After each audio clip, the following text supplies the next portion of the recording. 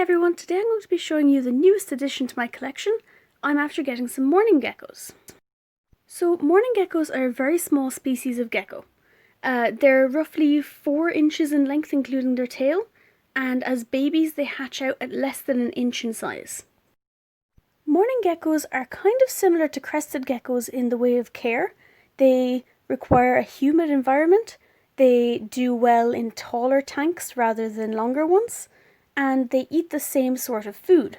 So mourning geckos will actually eat the same crested gecko diet or meal replacement powder that cresties eat, where you get the powder and you mix it up with water to make a kind of a gel, and they'll lick up that gel.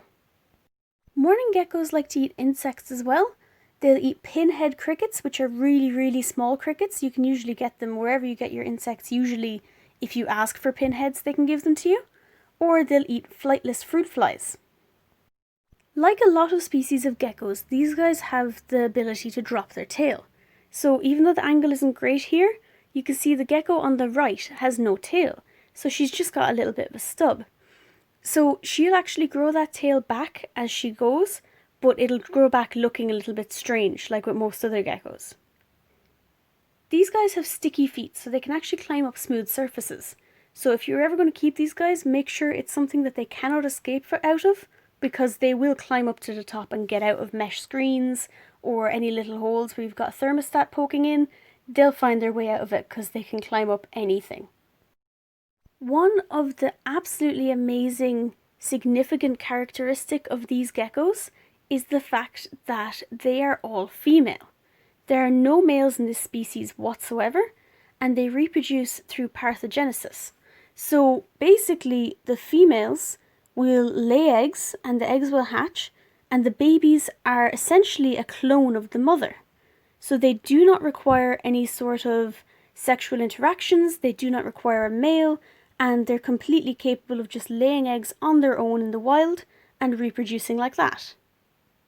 This is the tub that I'm going to put them in temporarily because I'm planning on moving around all of my animals pretty soon, and I currently have a spare 45 by 45 by 90, so I'm hoping that they'll be able to go in there, and then if they reproduce and have babies, then there'll be plenty of room for them to inhabit that space. So in here what I have is I have a substrate of cocoa fibre mixed with some orchid bark and topsoil.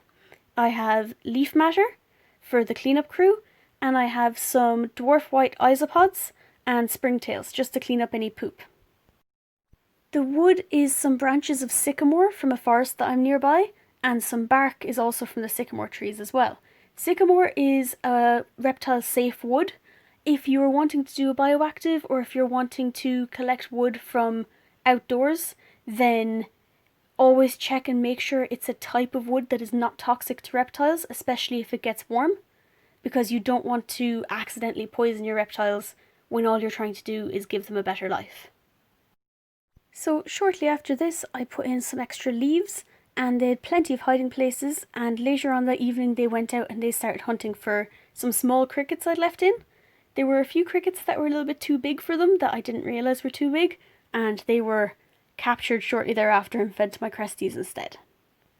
These guys are an absolutely brilliant, simple, easy to care for pet. However, they are not for handling because they are stupidly fast, and you will not be able to catch them if they get away from you.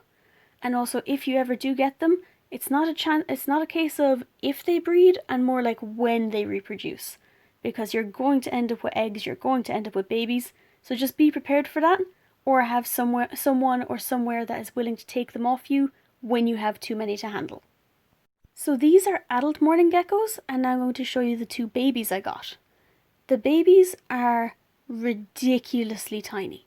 I cannot stress how small these animals are.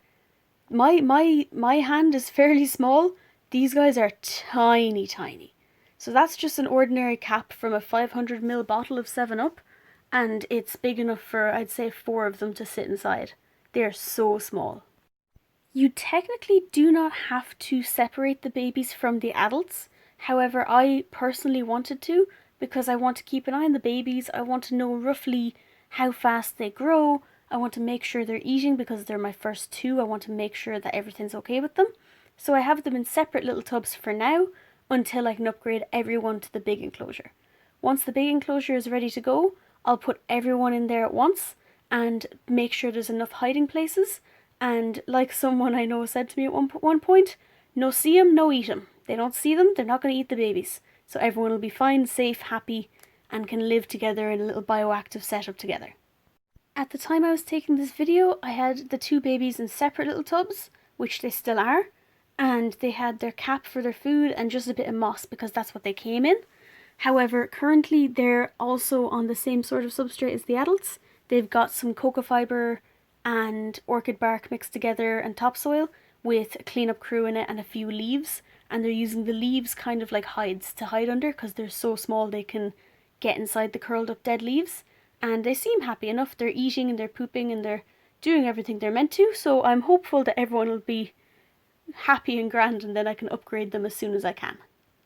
Even though they're super small and reptiles don't tend to bond with you the way a dog or something would, I am absolutely in love with these little guys and I think they're brilliant.